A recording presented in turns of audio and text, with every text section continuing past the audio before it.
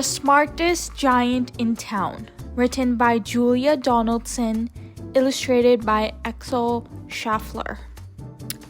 George was a giant, the scruffiest giant in town. He always wore the same pair of old brown sandals and the same old patched-up gown. "I wish I wasn't the scruffiest giant in town," he said sadly. But one day, George noticed a new shop. It was full of smart clothes, so he bought a smart shirt, a smart pair of trousers, a smart belt, a smart stripy tie, with smart socks with diamonds up the sides, and a pair of smart shiny shoes. "Now I'm the smartest giant in town," he said proudly. George left his old clothes behind in the shop. He was about to go home when he heard a sound. On the pavement stood a giraffe who was sniffling sadly. "What's the matter?" asked George. "It's my neck," said the giraffe. "It's very long and so very cold. I wish I had a long, warm scarf." "Cheer up," said George, and he took off his stripy tie. "It didn't match my socks anyway," he said, as he wound it round and round the giraffe's neck. It made a wonderful scarf. "Thank you," said the giraffe. As George strode towards home, he sang to himself, "My tie is a scarf for a cold giraffe.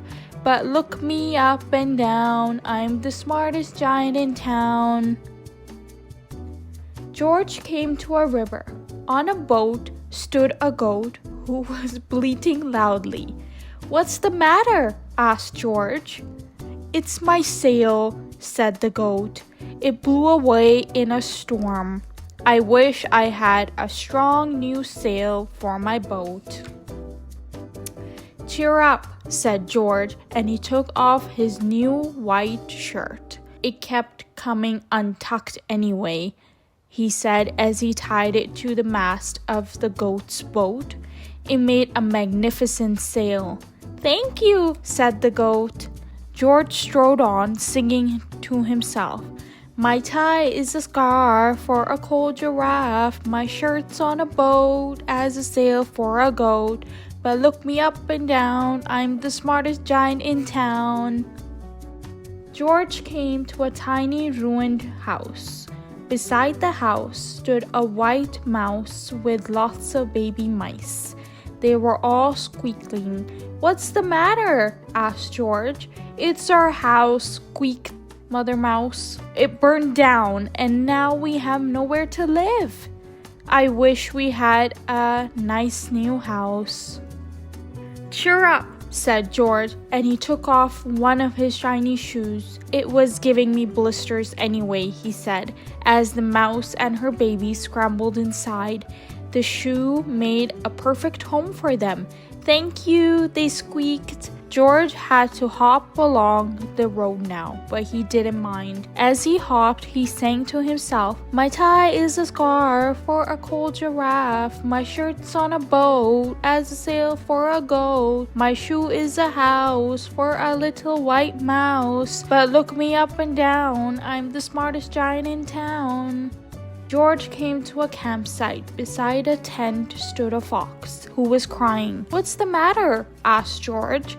"It's my sleeping bag," said the fox. "I dropped it in a puddle. I wish I had a warm, dry sleeping bag." "Cheer up," said George, and he took off one of his socks with diamonds on the side. "It was tickling my toes anyway," he said as the fox snuggled into it. "It made a very fine sleeping bag." "Thank you," said the fox. George hopped on, singing to himself, "My tie is a scarf for a cold giraffe. My shirt's on a boat as a sail for a goat. My shoe is a house for a little white mouse. One of my socks is a bed for a fox. But look me up and down, I'm the smartest giant in town." George came to a big wilty bog. Beside the bog stood a dog. who was howling. "What's the matter?" asked George. "It's a bog. It's this bog," said the dog. "I need to get across, but I keep getting stuck in the mud. I wish there was a safe, dry path." "Cheer up," said George, as he took off his smart new belt. "It was squishing my tummy anyway," he said as he laid it down over the bog. "It made an excellent path." "Thank you," said the dog. The wind started to blow, but George didn't mind. He hopped on, singing to himself. "My tie is a scarf for a cold giraffe. My shirt's on a boat as a sail for a goat. My shoe is a house for a little white mouse. One of my socks is a bed for a fox. My belt helped a dog who was crossing a bog. But my trousers are falling down. I'm the coldest giant in town." Suddenly, George felt sad and shivery and not at all smart. He stood on one foot and thought, "I'll have to go back to the shop and buy some more clothes," he decided. He turned around and hopped all the way back to the shop. But when he got there, it was closed. "Oh no," cried George. He sank down onto the doorstep and a tear ran down his nose. He felt as sad as all the animals he had met on his way home. Then, out of the corner of his eye, he saw a bag with something similar poking out of the top. George took a closer look. "My gown!" he yelled. "My dear old gown and sandals!" George put them on. They felt wonderfully comfortable. "I'm the coziest giant in town," he cried, and he danced back home along the road. Outside his front door stood all the animals he had helped. They were carrying an enormous present. "Come on, George," they said, "open it." George untied the ribbon. Inside was a beautiful gold paper crown and a card. "Look inside the card, George," said all the animals. George put the crown on his head and opened the card. Inside it said, "Your tie is a scarf for a cold giraffe. Your shirt's on a boat as a sail for a goat. Your shoe is a house for a little white mouse. One of your socks is a bed for a fox. Your belt helped a dog who was crossing a bog.